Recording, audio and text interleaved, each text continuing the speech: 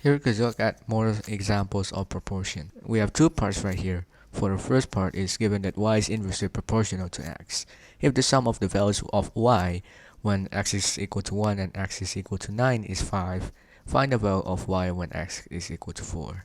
And for part B, it is given that n is directly proportional to the square root of m. If the difference in the values of n when m equals 25 and m equals 4 is 12, find the value of n when m equals 64 and the value of m when n equals 28.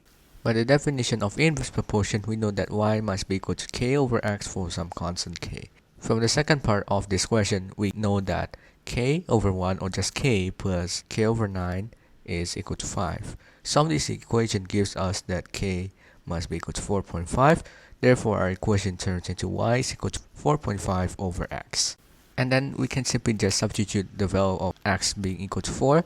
That will give us 9 over 8 as our final answer. For part B, by the definition of direct proportion, we know that n must be equal to k times the square root of m for some constant k. And by the second part, we know that k times the square root of 25 minus k times the square root of 4 is equal to 12. Solving this gives us that k must be equal to 4, so therefore our equation becomes n is equal to 4 times the square root of m.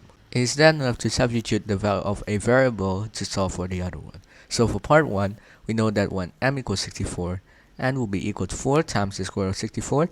The square root of 64 is just 8, and 4 times 8 is just 32. And when n is equal to 28, we know that 28 must be equal to 4 times the square root of m. Solving this gives us that m must be equal to 49, which ends this video.